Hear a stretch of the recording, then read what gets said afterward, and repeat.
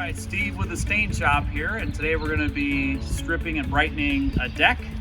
This is a typical oil-based stain that's on a lot of decks, and so we're going to do a two-step process today. We're going to apply the wood stripper, then we're going to rinse the deck, and then apply the wood brightener, and we're going to show you exactly how to do that today. When you're applying the wood stripper, be sure to keep all surrounding areas wet so that they're not damaged during the process. Allow the wood stripper to dwell for 10 to 15 minutes to ensure that it loosens up that existing coating. Once you start the power washing process, be sure to keep the power washing tip 4 to 6 inches away from the wood, always moving it in a continual motion. A 40-degree power washing tip or larger is most effective at accomplishing the task. Once you've completed the power washing step, it's time to apply the wood brightener.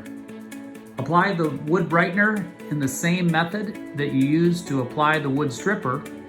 However, the wood brightener will act immediately and therefore can be rinsed lightly once it's been applied to all surfaces.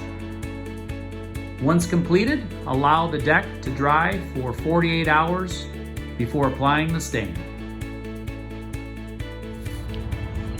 As you can see, after the deck has been stripped and brightened, we give it time to dry.